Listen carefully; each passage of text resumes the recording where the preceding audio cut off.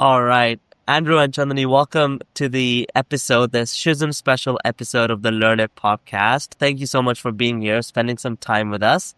I'm going to kick off by just asking the both of you to introduce yourself and share a little bit. If someone hasn't met you or hasn't seen you around, I'd love for you to maybe take a minute to share a little bit about what you do, the school you're at, what program you run. Maybe Andrew will start with you.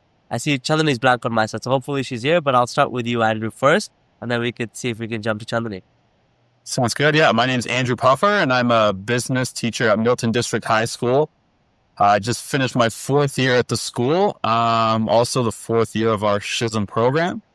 And I teach business and math, coach the high school baseball team there, and do all kinds of other things for the Business SHSM program, as we'll discuss. I'll pass it off to Chandni. Hi. So I've been with Milton District for quite longer than that. So I would say around 8 years. So I used to be in the math department, believe it or not. And then I was in the business department with Andrew the same time the year he started. So we're kind of newbies at the department at the same time, but I had been at the school longer in the math department. So I basically had this view of like our program turning into a very experiential based learning model that my vision was for the 5 years. Like we want to get in a lot of field trips, we want to get in guest speakers. So that was my vision that got us to the SHSM program.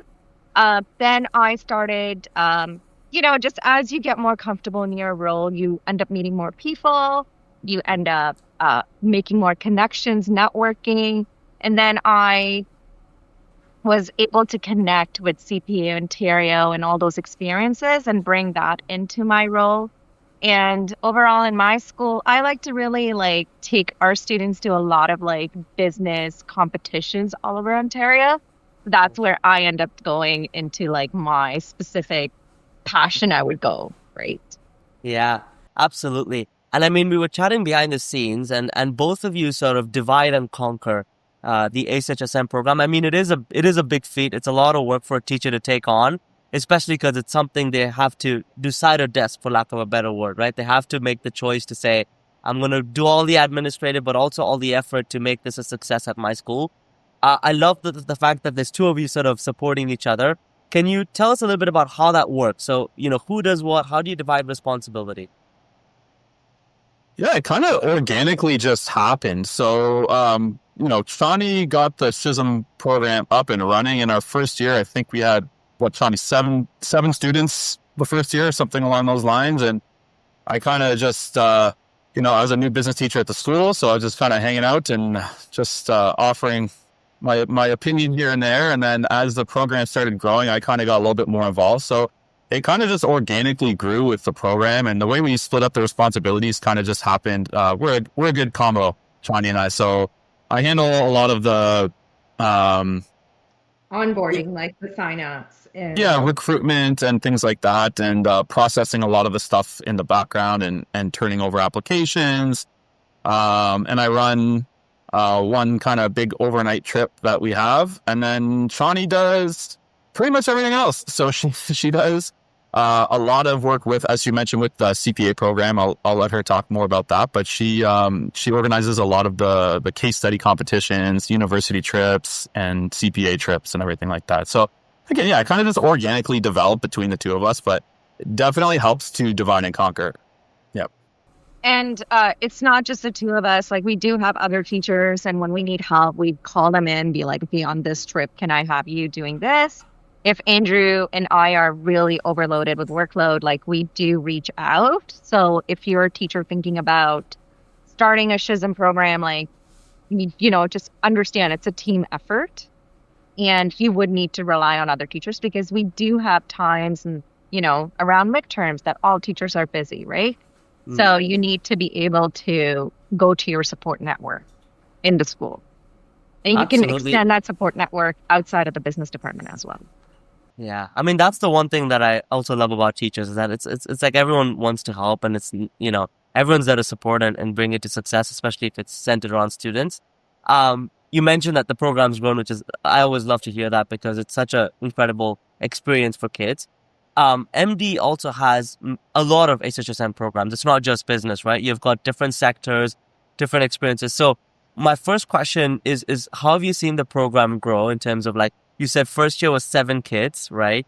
What are we at right now? What are we looking at? And also, do you have any cross collaboration efforts with the other sectors, or do you mostly focus within the two of you just within business? So for this one in particular, we do reach out. So if there's a collaboration that can happen for our ICE training for specific, then we can partner with ARTS program where they can take a marketing portion of the ARTS program. Or we can also collaborate with other programs for CPR certifications, right? Because if you need your numbers up. So we are not actually, believe it or not, we are around 60 students now. And like, we are not the largest program. Our largest program is actually a healthcare SHSM. And they have over 100 students that are part of that program. So the smaller programs have like 7 students, right? So sometimes the smaller programs will be like, hey, I have 1 student left to do the CPR certification. Is anybody else running a CPR certification that can take them to do that, right? Because it's a mandatory certification for all programs. So we do collaborate, and sometimes the teacher just takes the initiatives. Hey, I have received, this certification. Does anybody else want to join me? And then we just kind of join courses. And I mean, it sounds like you've done an incredible job. Maybe all the teachers, right? And it sounds like the school has done an incredible job in growing this program across a school. I would love for you to share with other teachers what has worked well in terms of growing the program at the school, whether it's promoting it. Do you start at grade 8, 9? How do you grow the program in a way that's sustainable, that allows most students to access the opportunities? Yeah. So we do a lot of promotion at grade 8 night. Just make sure we're there and have a good presence. We also run a Halton Pathways night at our school as well, where parents can come who are incoming to the school and talk about different SHSM programs and things like that. And I also find that just promoting it all semester long in our grade 10 business classes is where honestly most of our applications come from. I feel like when we were trying to grow the program, one major thing that helped was having kind of a highlight trip that, the kids get excited about and the kids talk about. So we have an overnight trip to, it's a YMCA camp, and we do a certification there. We'll do our customer service or a leadership certification. So they're accredited to give out the certification there as part of a workshop. And then they also do all kinds of other great stuff. We do a campfire, and they do, the high ropes course. And it's a really great trip where new kids to the program who maybe don't know each other, we noticed the bus ride up on this trip, they're all kind of sitting there quietly, and some of them don't really know each other. And the bus ride back from the trip, they're all talking to each other, and they've made a lot of new friends. So that kind of kicks it off. We try to do that earlier in the semester, in the fall. And that way, the kids can kind of get to know each other, and they talk about it, right? So kids talk, and when you have something significant like that, I find that, a lot of kids are drawn to the program because of these experiences and these memories that they make. So definitely promoting it through the formal channels, I guess you could say, like the grade 8 night and everything, and getting started early to help draw kids to the school and to the business program. But as well as, just building it organically by trying to create meaningful experiences for the kids. Yeah. I also feel like if I had to target, if I'm talking to a parent, I think public education in Ontario is amazing, right? And I try to see hey, what is it that parents are going to private schools for, right? In private schools, they have all these experiences that, obviously the parents pay for with the high tuition fee. Is that to say, this university applications are competitive. They want their child to have all these experiences they can talk about when they're graduating. And I find that, we can make those experiences happen with public education. So you don't have to pay tons of money. This is all publicly funded, right? And you get great experiences that you can talk about in your university application to have that competitive advantage when you're looking at trying to get into Richard Ivey School of Business, or you want to get into Queen's Commerce, or you want to get in McGill.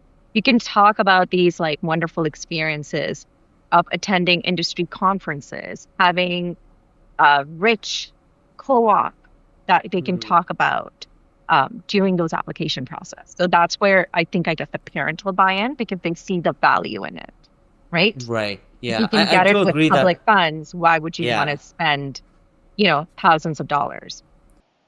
Right. I do feel that it provides an opportunity that we didn't necessarily have at scale before, where now it's like, okay, across the whole province, there's so many schools that are able to offer at least those type of opportunities and experiential learning. I do think that a big part of it falls on the teachers and the leads to actually take the effort to say, okay, I want to create this experience, or I want to do this, I want to try something different, right? There's a bit of that too, but I agree with you that there are those experiential pieces, and maybe a lot of people misunderstand or aren't aware that those exist in public education to a big extent. Are there any, when it comes to the business program, are there any trends that you're seeing, like your kids are asking for, like, oh, Mr. Puffer, can we really do this? Or Mr. Other, can we really do this type of thing? Like, are there certain trends that you're noticing that your students are asking for more and more? All right, I will start with that one. Go ahead, Shanti. I mean, yeah. So I would say they really like the field trips, right? They're high school kids, so they enjoy fun trips. But we also do a lot of career and reach ahead experience based trips. Again, with like through the CPA program, they have a really great like high school student focused program where we can do a lot of trips to universities. They do a KPMG day, and kids really like those experiences, just to kind of get out there and see what it's like outside of a school. So they really do enjoy those kinds of things, and they ask for trips mostly. That's what they're very interested in. Yeah. I feel like, and it's like more recent, I'm seeing the trend, right? Like as I'm seeing our program is growing and kids are getting in.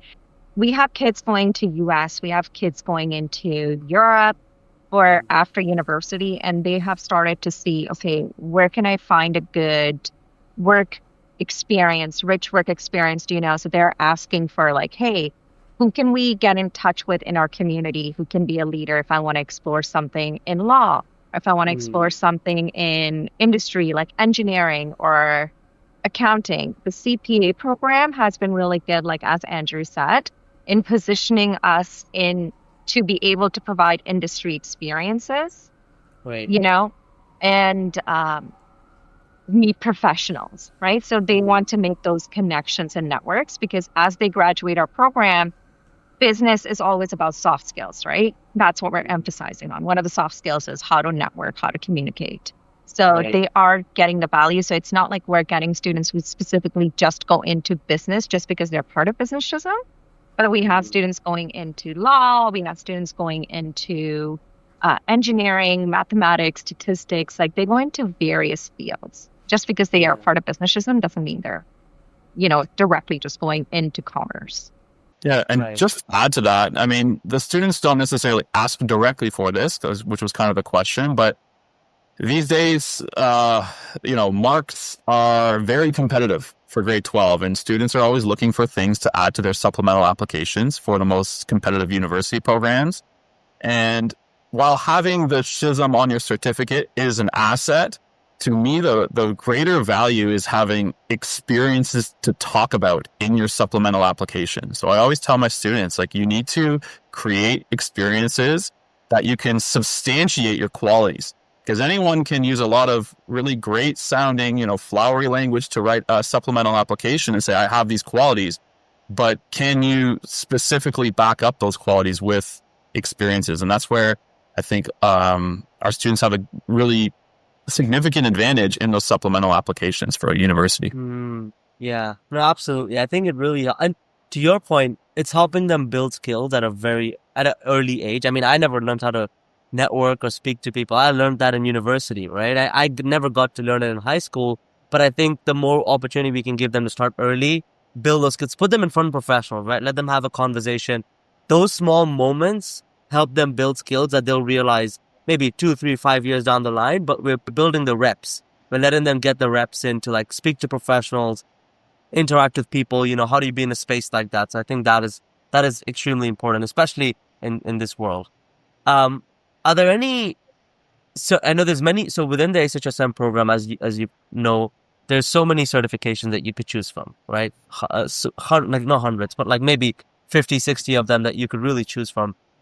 Are there any that you gravitate more towards because you're like, students always like that? Because one thing I want to encourage teachers to do is try new types of certifications, right? So that you could give kids different types of experiences. So are there any that you've seen at MD or you personally gravitate towards that you would suggest other teachers even try out? Yeah, I mean, so one of the certifications for the Business SHSM specifically is a case study competition. So we have a large DECA club at our school. We have a large chapter. And although there are other kind of substitutions for that specific certification, we make it a soft requirement that they participate in DECA because I think the experience there is amazing. And if you're not familiar with DECA, you can look it up. But if you're watching this, but it's an invaluable experience for the students, and it's something that they gain a lot of experience in thinking on their feet for a job interview, or again, like you mentioned, speaking with professionals and things like that. So I think DECA is huge, as well as finding. Do you use DECA to do your ICE training? Is that what you're using it for? Is that or that's a separate the ICE training is separate, right? So DECA, that's a case study competition, is one of the kind of optional requirements. So you can mix and match a lot of different certifications. There are a few required certifications, and then a lot of, as you mentioned, optional certifications. And for the ICE requirement, little Learn It plug. I mean, I would say find something meaningful. So we have tried a couple different ICE certifications that were good but not great, and we want to make sure that when students are doing things, we're not just checking a box, that they're getting a really valuable experience from it, and that they feel like their time is it's worth their time to be doing these things. Yeah, so it's important to make the experience good for the kids. Yeah. Yeah, I agree with Andrew where I just don't want to check a box and then make it an authentic experience. Like if I'm going to just send you online and do a quiz to get a certification, that is not a memorable memory, and they haven't, done. I want them to actually go in to a business and spend 6 hours solving something that a business, local business has. And then that experience of having face-to-face interactions and working throughout the day with the specific business and trying to help them solve whatever issue they're having, I feel like that is like a lot more. Like kids walk away with a lot more from that experience, and then they can actually remember that interaction like a couple of years down the road. And they still use those examples in interviews that they're doing in their future, employment, whatever they're doing. So I think just making it authentic and worth their while. So after every session that we do with them, a field trip, whether it's a field trip, whether it's a competition, whether it's training, certification, we always ask them, hey, give us some unfiltered feedback. How did you feel about it? Right? And they're pretty unfiltered. We have a good rapport that they don't just say nice things to us just because we're asking and we're teachers. Like they actually give us pretty like, yes, I didn't find that useful. So then next year when we are around that time, we look at, okay, let's look at all the other certifications that are available. Maybe something else would work with their interest. And we also try to give them options sometimes. Like I would ask my class always, I'm like, okay, every set of students is new and they have their own dynamic. And I ask them, okay, where did you guys want to go to university if you're going for a reach ahead experience, right? And I kind of give parameters like, I'm not taking you to Ottawa. It's not going to be an overnight trip. But within 2 hours, if there's a university that we can go to and come back, I am willing to do that, right? Yeah. No, I 100% agree. And I love the fact that you're mentioning how one thing that we need to remember is that the students will change. And so we always have to remind ourselves that, okay, we need to recheck our assumptions. Like, do these kids still want to do this? Are they still interested in this, right? Are they, maybe you find that most of the kids really want to go to York, for example, or Schulich, then you're like, okay, let me try carve an experience with them, right? And so it's really tailoring it to whoever you're working with at that point in time. And I love your point about it's not just checking a box, right? I mean, these are real experiences. And if we can get the kids to actually learn something meaningful, it's incredible for them. I mean, and one thing I have learned is that these kids are actually incredible. If we can unlock some of their creativity, like we often underestimate, I find, what they're capable of doing. But I remember once we were redesigning a marketing campaign for sick kids, and it's just incredible what they can come up with. They made reels, they made some short film videos, and you realize that the capability over there, and you're like, we want to show that to industry too, so that they understand that these students, there's a lot more behind them than what's on the surface. Absolutely. I love that. If you could give one piece of advice to someone who is new in starting the program, what's a piece of advice that you would give them? Work as a team, as we mentioned. So work as a team. It is a lot of paperwork and, organizing field trips and just processing the certifications. So having, again, some other staff to support is great. And on that note, stay on top of your documentation and just getting the certifications uploaded. We've got a great guidance department at our school who is great with, just keeping up to date on the certifications, but making sure that you get everything documented and just get it entered into the system as quickly as possible. And in addition to that, I would just say promote the program. Again, as we mentioned, organically, grow it, get kids excited about it and make it worthwhile. We also have a meeting at the beginning of each year where a lot of it's just one of those things that you don't always think about. But hey, let's all get together in one place, because a lot of the SHSM is trips and things like that, and the kids will see each other there.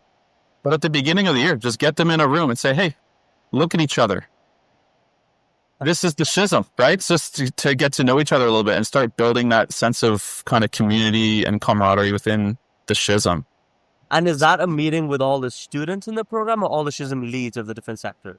Yeah, good question. Just the SHSM students from our program, just so that they can kind of get to know each other a little bit. And, oh, hey, you're in the SHSM. They see each other in the hallway. And, because a lot of them join with, friends or a group of friends, but some of them maybe don't know who else is even in the program because, they apply online and, get accepted in, and they have no idea who else is in the program. So it's obvious, but a lot of SHSMs don't do that, right? Yeah. I would also put in a plug for a wonderful person who really helps us in our school is our business manager, Cindy Drake.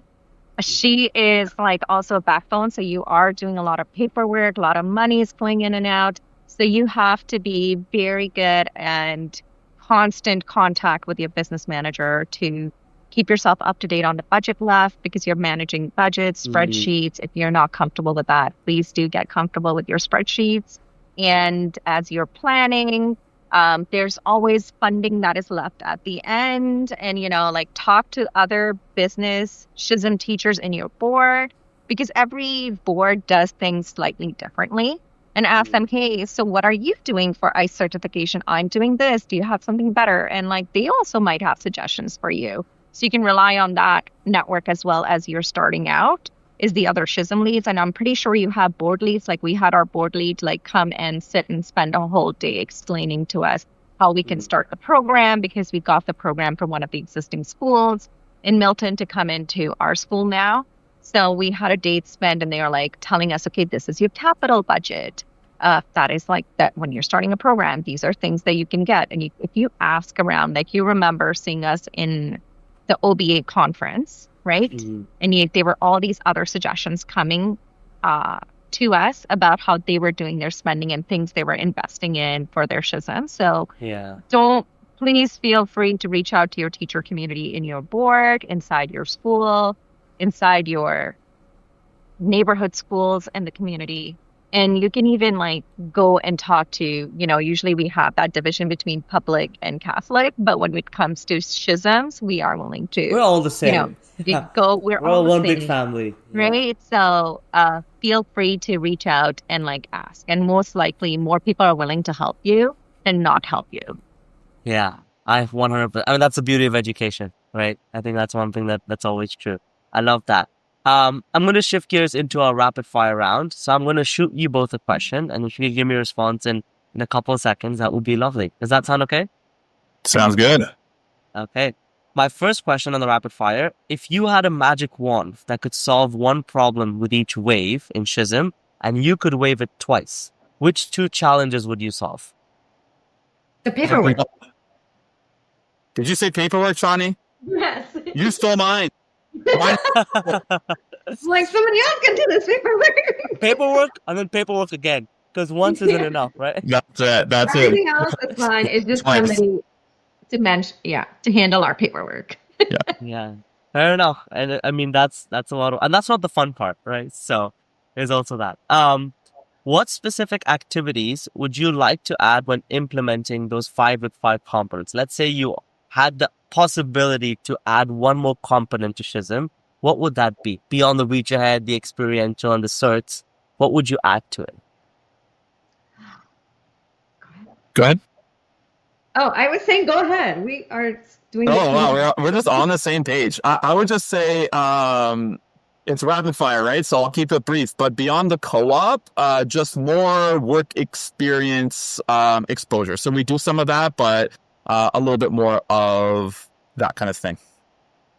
Yeah, I was going to go into more guest speakers. If you can get industry professionals to come in, or you can actually take the students to a professional web experience, like how we get from CPA Ontario, where they go and spend the day at KPMG. That really brings in, the connection for the students. So yeah, more of that, if I could add that. I love That would go under yeah. experiential learning. Yeah, no, that's wonderful. Are there any resources you wish existed, but you haven't seen yet? I would go with maybe kind of a more collective directory of suggested field trips for different business SHSMs, for example, because I'll pump Chandni's tires a little bit here. She does a lot of work in terms of looking into some great trips for our students, and she's very creative with that, but it's a lot to come up with all of that, right? So she does a lot of that where she finds these really interesting trips, or finds like Yorkdale Mall, for example, was a great one where she brings them in and they do a great presentation with a senior marketing professional, but she finds those on her own. So having a centralized directory of, hey, here's a bunch of trips and experiences that are recommended at the board level would be great. Yeah, I think next year. So yeah, I haven't told you about this one, but like I went and connected with Milton Chamber of Commerce to help build that local connection. So I will go to their after hours networking session, take 2 or 3 students each time with me, and that would like just get it to the other levels. So I think, yeah, try to connect with your local Chamber of Commerce, and they usually have an after hours networking in your region. And that is a great way to meet small businesses. And, small businesses also want to come and help students, right? Most people want to help, as I feel like that's the theme. So just, reach out. And the more you reach out, the better the experiences are curated for your students. I love that, because you're taking it into your own hands to also shape the experience. And you're saying, hey, what would be cool for the kids, right? And this would be cool. Or maybe, and sometimes it's just shooting an email. And I know sometimes it doesn't work and sometimes it works. But sometimes just saying, hey, I'm a teacher. I've got a group of kids. Would you be willing to do X, Y, Z? Or host us? Sometimes it's just that email and taking the effort to do that a lot of teachers still miss out on today. Yeah, absolutely. Love that. For my final question to close off the podcast, as 2 teachers running the SHSM program, how do you feel this program has benefited you? I know it benefits the students a lot, but when you reflect on your own growth, when you reflect on yourself, how has this experience shaped you? I think for me, it is rewarding, right? So most people who get into teaching do it for a reason, right? And there's a lot of intrinsic value to it. And seeing kind of the development of the students over their, grade 11, grade 12 years, and seeing kind of the experiences they take with them, it's meaningful to me. As well as getting to kind of build some relationships with students and get to know them that I don't personally teach, because, our business department is fairly small. But we have a good number of sections where there are some really great, keen business students that I maybe just never had in one of my classes. And I get to know them throughout just the SHSM experiences. And that's great for me. Yeah. I feel like so Andrew and I both come from, this is both our second career. So we both come from industry. So I find that, it kind of gives me that, yes, education is great. And like we do the teacher, but it also gives me that industry thing that sometimes I miss personally. That industry where you work, you network, you have soft skills, and you're like seeing those things develop. I personally enjoy the Business SHSM for that industry experience that I still get to curate, where we're networking, we're helping our students get to that next stage, and we're confident they can be successful in the next stage beyond their high school experience. I really value that. It adds more fulfillment to the role than it already exists, right? It adds more, it makes it more whole. We get to still do the teaching part, right? But now we also get to do the other part of the corporate life that we miss. Yeah, absolutely. And I'll also briefly add more funding for the department. So some of the funding is great in terms of the capital expenditure that we're allowed and things like that. So it certainly helps us as a department as well. Yeah, you could do more things, right? And more cool things for students. All right. Yeah, like it is like in terms of resources that we've been able to bring in for our department has been phenomenal because we are a very small department. But we're small but mighty and very influential. So one of the things I wanted to say about marketing when we were talking about marketing was the fact that we honestly promote any single opportunity we have, right? We're like Apple. We're like out there promoting our program all year long. It's not happens at specific moments. Yeah, and that's what it takes to grow the program, right? Continuous promotion, but also delivering really cool experiences that gets people excited about being a part of it. Well, this has been a joy for me. Well, thank you so much to both of you for joining me, spending some time talking. I could probably talk to you a lot more than 30 minutes, just diving into your story. I have so many more questions, but out of respect for the listeners, I'll also, wrap it up. But thank you both so much. It's been really, really fun. I've got to learn so much from the two of you. I could see your passion come through from the conversation, and it just makes me happy to see the people behind all the great work that happens behind SHSM. So thank you again. Thank you. Appreciate it. Thank you. Appreciate it. Bye.